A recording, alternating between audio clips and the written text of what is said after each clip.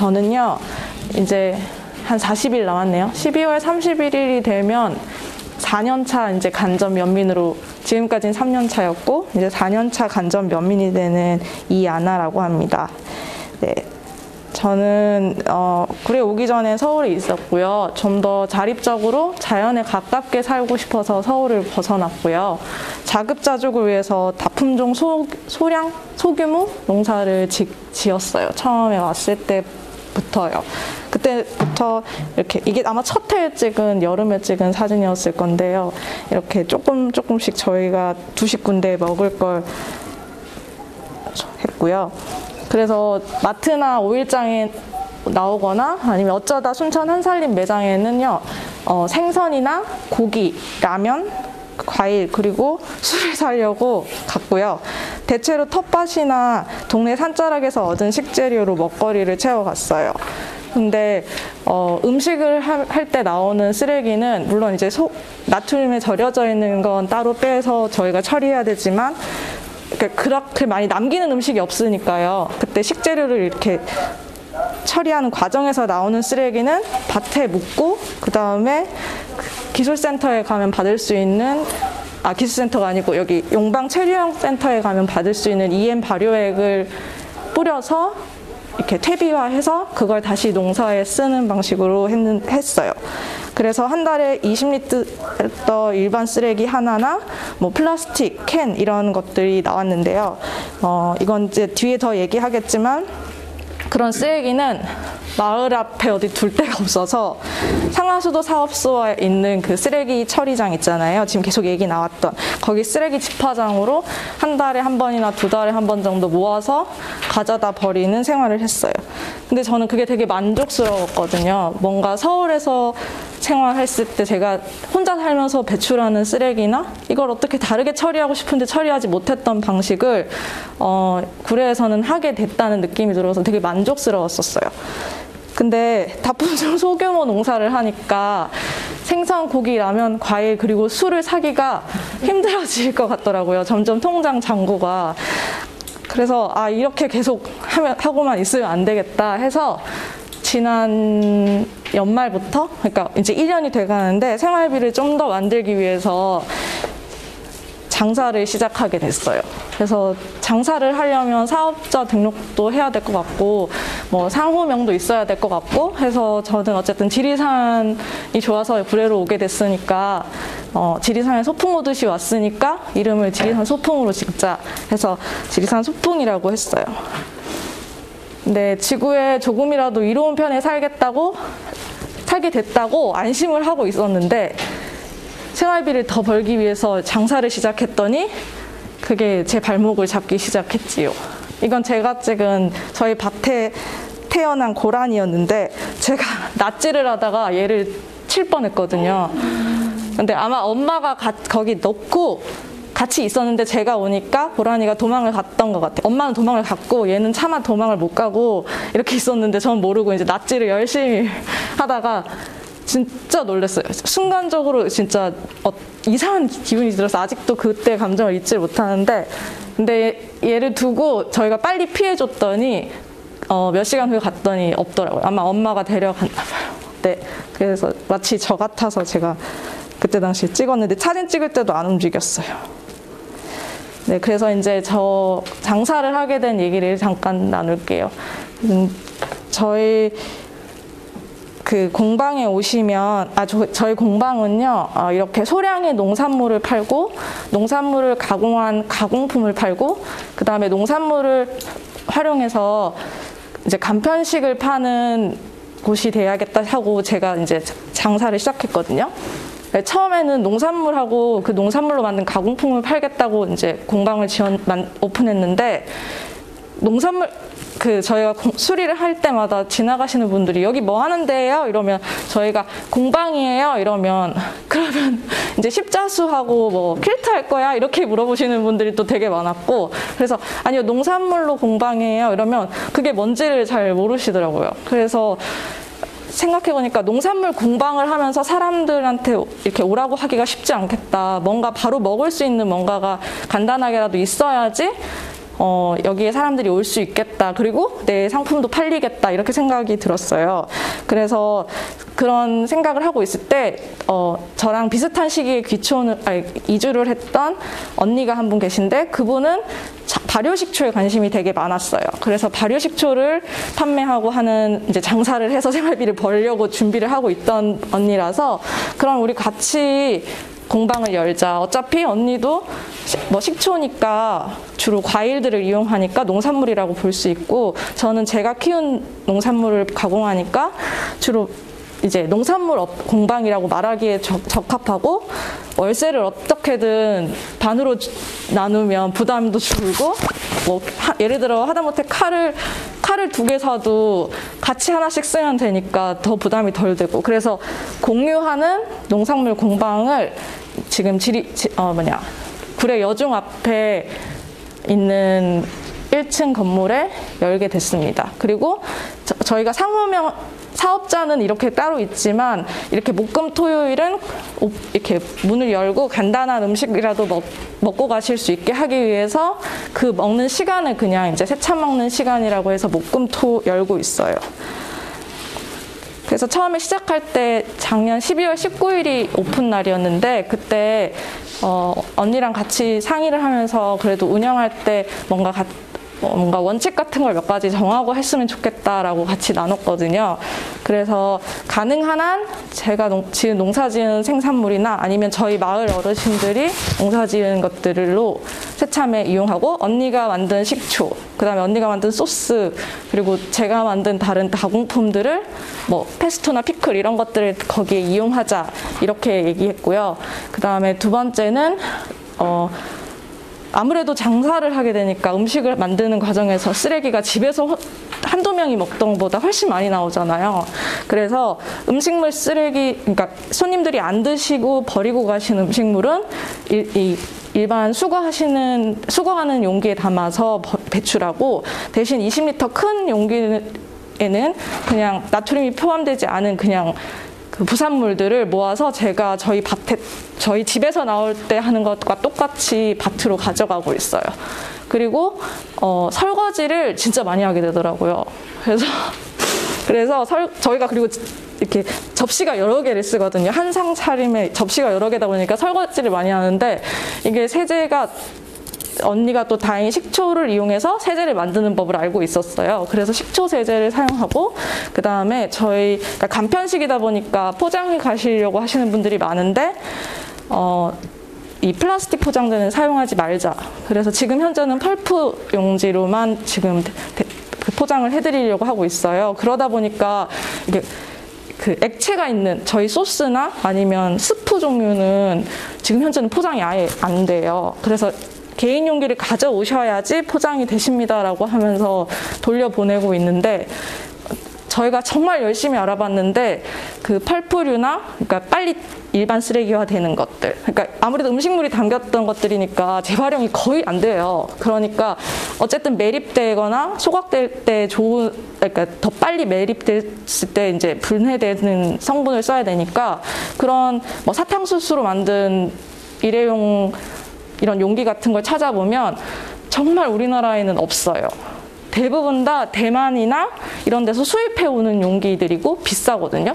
그리고 이런 조그마한 소스 용기나 이런 것들은 아예 수입도 안 해오려고 하는 업체들이 많아서 찾기가 진짜 힘들다는 걸 알게 됐어요. 그래서 지금 어쨌든 이 원칙으로 하고 있는데요. 막상 이 원칙으로 시작을 했는데 이제 장사를 하면서 또 다른 문제점들에 부딪히게 된 거예요. 우선은 저희가 장사를 하니까 인근에 저희한테 도움을 주시는 분들이 정말 많은데 예를 들면 이런 수세미를 되게 많이 짜서 가져다 주시더라고요. 근데 저희는 또 신나서 처음에는 막 열심히 썼어요.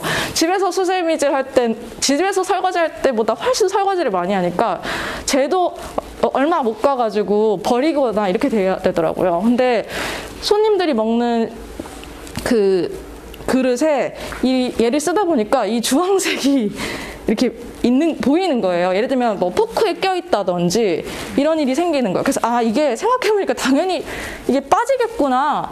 그러면 얘도 미세 플라스틱이니까 물에 엄청 지금 들어가고 있겠네? 이렇게 된 거죠. 그래서 이 손님들이 혹시라도 그걸 드시게 될까 우선 제일 먼저 겁이 났고, 그다음에 두 번째는 이제 미세 플라스틱을 저희가 계속 물에 배출하고 있다는 게 너무 찝찝해서 이 수세미 가지고 이제 전쟁을 벌이게 된 거예요. 그래서 처음에는 수세미를 키운 분들이 찾아보니까 있길래 수세미 키운 걸 얻어다가 이제 쓰기도 하고, 근데 또 설거지를 많이 하니까 저 천연 수세미라서 오래 가긴 하지만 되게 생각보다 가정에서 쓸 때보다 빨리 닳아요. 그래서 삼배실을 가져다가 이제 짜서 쓰고 있거든요. 지금 또 이 수세미가 거의 저희가 여기저기서 구해온 게 거의 끝나서 제가 원래 밭에 심지어 심었는데 생각보다 수세미가 키우기가 어렵더라고요. 이 상태까지 키우기가 되게 어려워서 내년엔 더 많이 심을 예정이긴 한데, 이렇게 이제 수세미를 키우거나 아니면 만들거나, 그래서 최근에는 저희 공방에 이렇게 오시는 단골 분들 중에 이런 수세미 짜는 거 궁금하셨던 분들이랑 간단하게 워크숍으로 만들 수 있는 분을 모셔다가 같이 짜보기도 했어요. 근데 쉽지가 않더라고요. 그리고 집에서는 아까도 설명드렸듯이 쓰레기를 그렇게 만들 일이 많이 없었어요. 근데 저희가 되도록이면 주변에서 저희가 키우거나 주변에서 나온 농산물을 쓰는데 그 공급이 안 되는 야채들 같은 게 있을 수밖에 없거든요. 그리고 고기 종류나 이런 것들도 그렇고요. 재료로 쓰긴 써야 되는데 마트의 힘을 빌려야만 하는데, 그러다 보니까 너무 봉지들이 많이 나오고, 그 다음에 우유도 저는 우유를 거의 안 먹는 편인데 어쨌든 저희 메뉴 중에 그 요거트 메뉴가 있어서 우유팩도 계속 나오는 거예요. 그래서 이걸로 되게 고민을 많이 했는데, 플라스틱은 최대한 어쨌든 재활용 가능하도록 뭐 뜯어서 씻어서 보내지만 이런 뚜껑이나 이런 것들도 많이 나오는데 이것들은 재활용이 안 된다고 하더라고요. 그래서 이걸 찾아보니까 요즘 서울은 플라스틱 방앗간이라 그래서 이렇게 재활용이 되게 어려운 플라스틱을 모으는, 서울환경운동연합에서 모으고 있다고 해서 그럼 이걸 한번 모아보자 해서, 어차피 택배비 들여서 우리 집 거 보낼 거니까 그럼 다른 사람들 것도 같이 모아서 보내야겠다 해서 이걸 지금 하고 있고요. 또 가져다 주시는 분들이 종종 있어요. 그리고 우유팩은 저희가 한살림에 가끔 이제 장을 보러, 우리밀 때문에 장을 보러 가기 때문에 한살림에 갈 때 우유팩을 수거하는데 제출을 하거든요. 근데 이 우유팩도 제가 아까 그 주무관님이 설명하셨지만 우유팩 분리해서 하신다고 했잖아요. 근데 제 생각에는, 지금 제가 느끼기에는 그게 재활용되는 것과 그러니까 아까 소각하는 것과 다른 차원일 것 같아요. 저희가 한살림에 처음에 우유팩을 가져갔더니 그 한살림 활동가님께서 이건 안 되고요, 이건 안 되고요, 이건 안 되고요 하고 다 빼시는 거예요. 그러니까 조금이라도 뭔가 묻어 있거나 이렇게 테두리가 누렇게 변했다거나 이러면 그게 재활용 안 돼요. 그게 이제 원래 그 우유팩이 되게 좋은 종이의 재질이잖아요. 그래서 재활용을 좋게 할 수 있는데 이렇게 뭔가 묻어 있거나 이물질이 조금이라도 있으면 그게 재활용에서 방해가 되는 거예요. 그래서 저희가 그걸 모르고 그냥 우유팩이면 덩실덩실 들고 갔다가 반 정도는 그냥 다 당해서 그냥 종이로 묶어서 버리게 됐거든요. 근데 실제로 종이로도 재활용 안 되잖아요. 그래서 이것도 아까 말씀하셨듯이 관리자가 필요하겠구나 싶어서 저희가 그냥 공방에서 우유팩을 가져오시면 저희 공방에서 한 번 더 씻고 말려가지고 한살림을 같이 보내야겠다라고 해서 지금 이걸 같이 하고 있어요. 이번 달이죠. 이번 달까지 브리타 필터를 다 모아서 한꺼번에 브리타 어택을 하자라고 하는 캠페인을 서울에서 하고 있길래 저희도 그냥 동참하려고 이 브리타 어택에 함께하고 있어요. 그리고 되도록이면 상품이나 이런 것들도 이렇게 리필 스테이션이나 무포장 가게들이 서울에는 요즘 되게 많이 생겨나고 있잖아요. 그래서 이런 방식으로 운영을 하려고 지금 계속 변화하려고 노력하고 있는데, 실제로 이 리필 스테이션이나 무포장을 하는 게 아마 손님들한테 계속해서 설명드리고 어떤 할인 같은 걸 해드리고 있는데도 그걸 계속해서 환기시켜 드려야지 아마 정착될 것 같다는 생각은 하고 있어요. 그리고 여기 오늘 행사를 주최해 주신 분들께서 저한테 요청하셨던 게 이 5일장과 관련해서 어떤 아이디어를 좀 공유해 줬으면 좋겠다라고 하셔가지고 준비한 부분입니다. 2020년 8월 8일은 여러분들한테도 그렇겠지만 저도 평생에 잊을 수 없는 날이거든요. 지금 여기가 간전면인데요. 저는 간전에 사는데 지금 여기가 거의 다 원래는 논밭이에요. 근데 지금 다 물이 됐죠. 제 밭 중에 하나도 저기 있었어요. 그걸 받고 그 밭이 잠기고 나서 12시간 후에 집이 잠기기 시작하려고 했거든요. 그래서 피난을 처음 가려고 피난짐을 쌌던 날이었기 때문에 평생 못 잊을 것 같은데요. 이 다음날 이제 저희 고추밭에 갔는데 고추나무가 있고 여기 사이에 물이 차가지고 물고기들이 돌아다니더라고요. 그래서 얘네들이 다 떠가지고 이제 섬진강에 흘려보냈는데. 금붕어 궁금한데? 네? 저거는 금붕어들이라고. 네, 그래서 아마 강가에서 키우던 게 아닌데 아무튼 여기까지 왔는데 어떻게 왔는지 모르겠어요. 주변에 집이 하나도 없는데. 그래서 저는 이날 8월 9일 날은 이제 또 다른 충격으로 저는 시설 하우스 농사 같은 것까지는 할 자신이 없거든요. 그 정도로 비용도 많이 들고 또 아무튼 아직 고민이 많긴 한데 하우스 농사까지는 좀 고민이 많아요. 그래서 저는 어쨌든 노지 농사를 짓고 살고 싶은데 이렇게 날씨의 영향을 심각하게 받게 되면 과연 농사를 계속 지을 수 있을까 생각했어요. 그런데 5일장이 또 완전히 폭탄을 맞았었잖아요. 근데 이 5일장이 다시 열린다고 막 이렇게 바닥에 이렇게 깔아서 5일장 행사를 했었는데 이 5일장이 다시 열린다는 걸 들었을 때 제가 요즘 서울에서 많은 가게들이나 이런 곳에서 활동하고 있는 것들을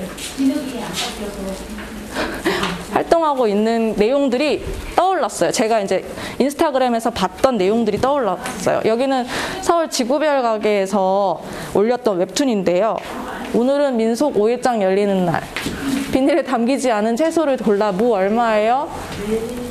가격을 묻는 순간 검은 비닐이 그 찰나 비닐과의 만남은 매우 자연스럽게 이루어집니다. 우린 한 몸이야.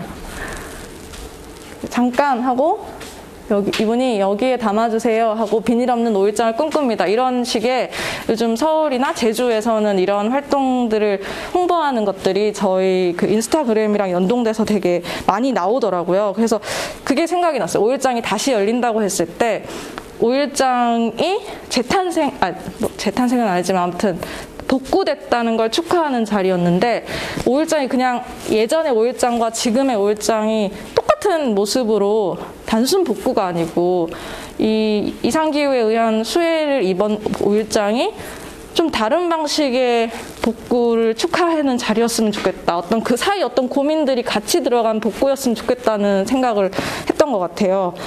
그리고 많이들 아시겠지만 농부시장 마르쉐를 저 같은 이제 소농들한테 권하시는 분들이 많거든요. 너도 마르쉐 한번 가봐. 마르쉐 가서 팔면 잘 팔릴 거야. 네 상품은 구례에서 못 팔아. 막 이런 식으로 얘기하시는 분들이 많아요.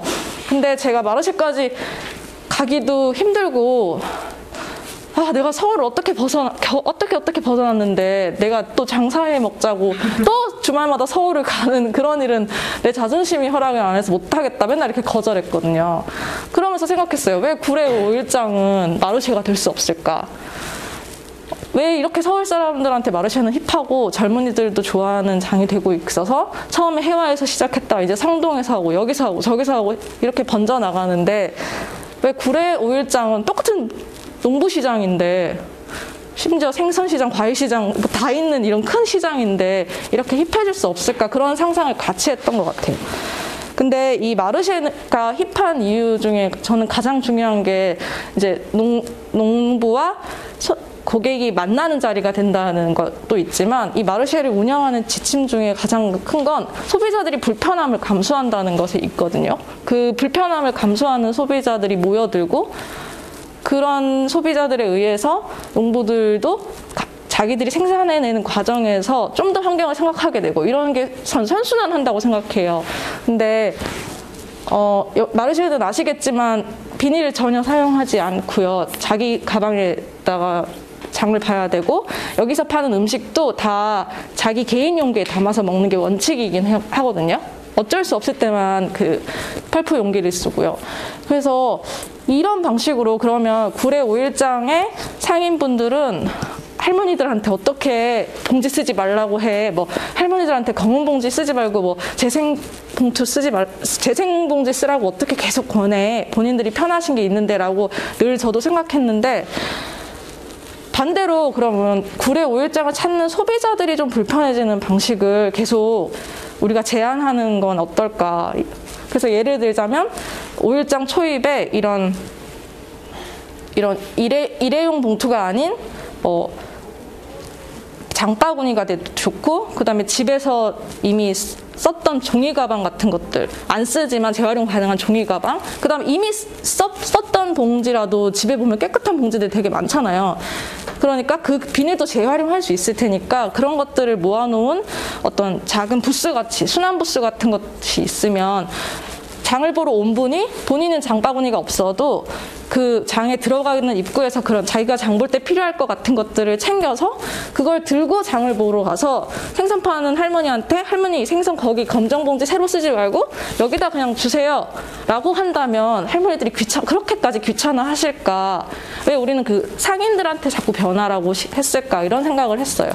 그래서 구례 5일시장이 수혜를 복구하고 다시 재오픈했을 때 이런 이상기후의 이상기후로부터 피해를 입었지만 그걸 복구하는 또 다른 의미의 구례 5일장이 되면 힙한 구례 5일장이 되지 않을까 생각했었던 것 같아요. 그리고 마지막으로 주무관님이 가시면 안 되는데 가셨는데, 제가 농사 지으면서 구례군에 바라는 것들을 얘기 좀 하고 싶었는데 가버리셨네요. 저는 간전면에 이사를 12월 30일 날 2017년 12월 30일 날 갔는데 1월 18일인가 이제 주변 분들을 불러놓고 집들이를 했어요. 근데 그날 불이 났어요. 집들이를 하다가 다른 손님분이 밖에 마당에 잠깐 나오셨다가 저녁에 저거 불 아니야? 했는데 진짜 불이더라고요. 알고 봤더니 저희 집이 마당 제일 초입에 있고 마당 건너편이 논밭인데요. 그 밭에서 불이 난 거예요. 근데 그 불이 한겨울이고 워낙 건조하니까 밭에서 생긴 불이 그 가로수 벚나무까지 번지고 이게 마을로 이제 들어오는 상황까지 온 거예요. 근데 이제 한겨울에 워낙 마을이 조용하니까 다들 모르시고 주무실 시간 8시쯤 되니까 다 조용하시니까 저희가 이제 119에 신고를 해서 순천소방서에서 와서 이제 마을 분들도 다 알게 되셨거든요. 근데 이날도 태우신 날인 거예요. 밭에다가 태웠다는 거는 아마 할머니 개인 쓰레기까지가 아니고 아마 그 밭에서 나온 쓰레기를 태우신 것 같아요. 양도 꽤 되고 타는 시간이 꽤 길다 보니까 이제 기다리시다가 들어가신 거죠.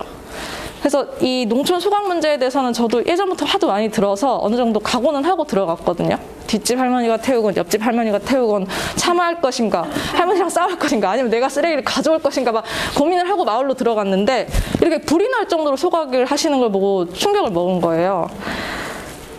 근데 이게 계속 되고 있죠. 왜냐하면 저는 아까 그 상하수 처리장으로 쓰레기를 가지고 간다고 했잖아요. 그게 저희 마을에는 올해 이제 좀 그런 일반 쓰레기를 마을 회관 앞에 모으기 시작하셨는데 올해 전에도 마을 회관 앞에 쓰레기를 모으지도 않았어요.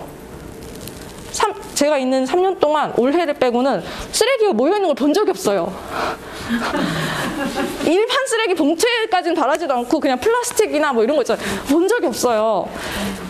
다 태우시는 건데, 근데 또 가만히 들여다보면 혼자 사시는 할머니는 쓰레기를 많이 만들지도 않으세요, 사실. 저희처럼 밖에서 뭐 맨날 뭘 사오지도 않고 늘 본인이 농사지은 걸로 그냥 간단하게 해서 드시고 자식들 왔을 때 들어온 뭐 초코파이나 뭐 이런 봉지들이 있고 이 정도시지 쓰레기 자체가 많지 않기 때문에 사실 그 할머니들을 뭐라고 하는 게 나부터 잘해야지 무슨 의미가 있나 하는 생각이 들기도 하거든요. 근데 그런 생각을 했던 것 같아요. 마을에 할머니들이 모르시니까, 그 다음에 굳이 그럴 필요를 못 느끼시니까 분리수거를 안 하시는데, 포인트제처럼 돈으로 만약에 환산을 드린다. 뭐 예를 들면 할머니 할머니 소주병 태울 때 같이 태우지 말고 소주병 10개 가져오시면 마을회관에 10개 가져오시면 그거 1,000원으로 돌려드릴게요 하면 제 생각에는 할머니들이 소주병 창고에 있는 것까지 다 꺼내 오실 거예요. 1,000원이라도 드린다고 하면. 진짜 100원이라도 드린다고 하면 분명히 가져오실 것 같아요. 근데 그걸 돈으로 만약에 환산하기가 힘들면 뭐 바우처 상품권이라든지 구례 상품권처럼 그런 걸로라도 뭔가 포인트제라든지 그런 걸 한다면 어떨까, 그런 상상을 전 요즘 하고 있거든요.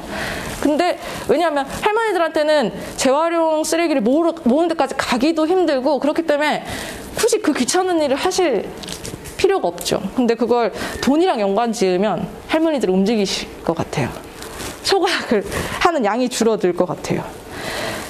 그리고 저희가 여기 모이신 분들은 제가 생각했을 땐 굳이 이런 교육이나 워크숍이 없어도 충분히 집에서 다들 잘하고 계신 분들일 것 같은데, 구례군에 나오는 아까 일반 쓰레기가 11톤이라고 하셨잖아요. 그리고 재활용품까지 하면 2톤이니까 13톤인데 저는 그 양과 1년에 농사로 인해서 나오는 폐기물이 얼마나 될지 되게 궁금하고 비교를 해보고 싶은데, 아까 말씀으로는 거의 그 마을에서 거의 자체적으로 해결한다고 하셔서 이 비교가 안 돼서 좀 아쉬운데요.